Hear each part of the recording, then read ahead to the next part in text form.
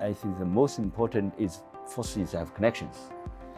We're talking about digitalizations, then we go to artificial intelligence.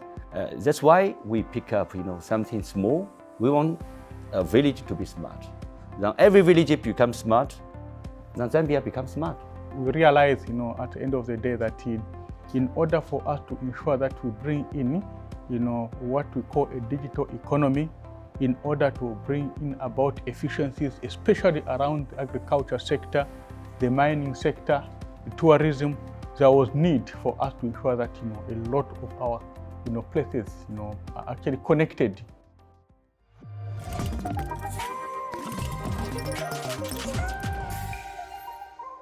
In the heart of southern Africa, Zambia harnesses two natural strengths, its mineral-rich plateau and dual-season climate, as the bedrock of its agricultural economic development.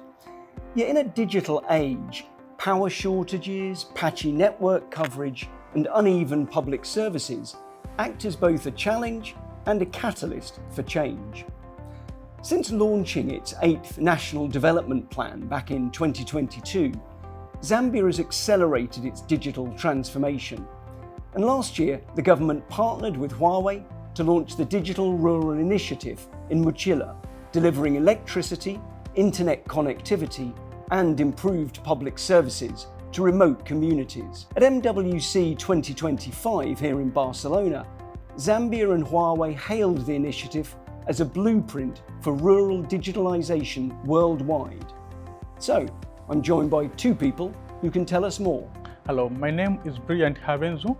I'm the Permanent Secretary in the Ministry of Technology and Science in Zambia. Hello, my name is Li Junfeng Windley. I'm the CEO of Huawei Public Service Sector.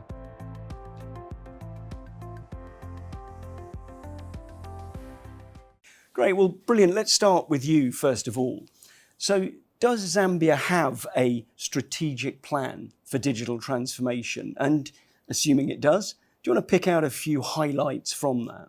Zambia has a strategic plan. When the UPN swept to power in 2021, there was need for us to align a lot of agendas in order to ensure that we realize the dreams that the new government had promised to the people of Zambia. And so based on that, the 8th National Development Plan was developed in 2022. It speaks to exactly how we want to ensure that we digitalize the country, especially the underserved and the unserved communities. We realize, at the end of the day that in order for us to ensure that we bring in, what we call a digital economy, in order to bring in about efficiencies, especially around the agriculture sector, the mining sector, the tourism, there was need for us to ensure that, a lot of our, places, are actually connected. We also have the ICT policy, in Zambia. And, we also have, recently we launched the artificial intelligence strategy. They actually speak to exactly how we want to make sure that we digitalize our country. So Windley, turning to you then, as a strategic partner for Zambia, what innovative approaches has Huawei adopted to help identify and support those digital needs? Huawei have been served for Zambia for more than 2 decades. So we know the country that when we go to ICT and AR development plans, I think the most important is first is have connections. We're talking about digitalizations, then we go to artificial intelligence. The basic one, we said you need a data, but the data need to move. I think the inclusion connectivity is very important. That's why we pick up, something small. We want a village to be smart. Then every village becomes smart. Then Zambia becomes smart. Very, very important. I think, this started when our president visited China. And so our president visited Huawei, and obviously, other, companies within China, when he was trying to look for solutions that could help us, especially on our digital transformation journey. And so that's the one that Huawei was able to to bring to Mozilla, and we've been glad. So far. It is a constant process of adaptation, isn't it? And the importance of the integration of smart education, of power structures, and the infrastructure overall, the connectivity? I think when we starting to do some analysis for the village of Machela, we find you need to combine some kind of service, not only provide the connections. We build the towers and also the solar panel who can supply the the electricity for the base stations.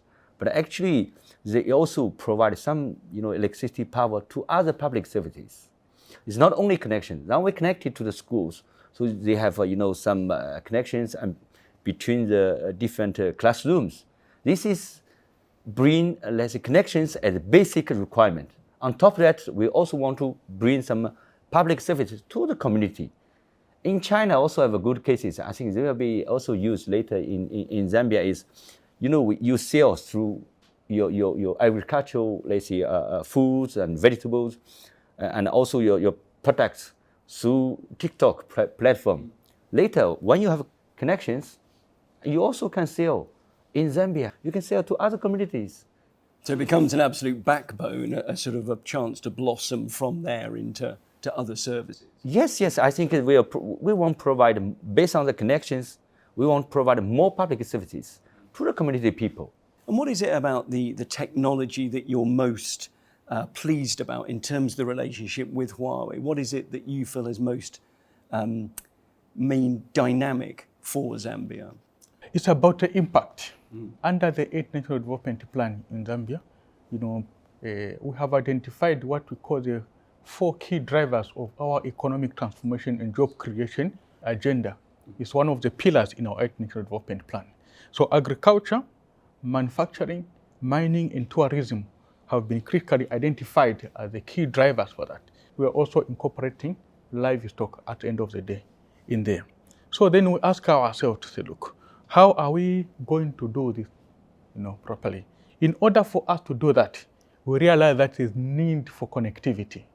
Indeed, so far, we have been upgrading a lot of our towers from 2G to 4G. We even came up with a policy where we are saying, going forward, every other tower that is going to be erected in Zambia must come with at least a minimum of 4G. The technology specifically that has also been coming from Huawei, in terms of upgrading our towers from 2G to 4G has actually been very good. So if you tell me to say, no, which one particular will I be able to actually talk about, I'll be talking about the platform. Yes, the 4G network that we have actually been able to use in order to bring in now these other applications that I'm talking about. Well, it's as Brilliant says, just finally, it's about the impact of this technology. You're able to leapfrog technology in Zambia from 2G to 4G, but ultimately it's about the impact that technology has on real people and businesses. Yes, actually, when we deliver the solutions, before when we do 4G or 5G, the solution, when we design the product itself, is very heavy because, the traffic. So you need to bring them in the big cities and then, downtown areas. When we go to sometime, the villages, you need a coverage more than the traffic. And because otherwise, in the rural area, technology is not only challenge. The second challenge is support and services. If you deploy very complicated, very big system, the maintenance and support is another challenge because when they have problems, you could not send the people. So I think for Huawei is much more focused on the technology itself. The performance should be good. The third one is the quality. Because you deploy there 3 years or 2 years, you should not have any problems. You cannot send every week an engineer there to fix. This is some innovative, let's say, target for us to deliver this kind of, let's say, solution.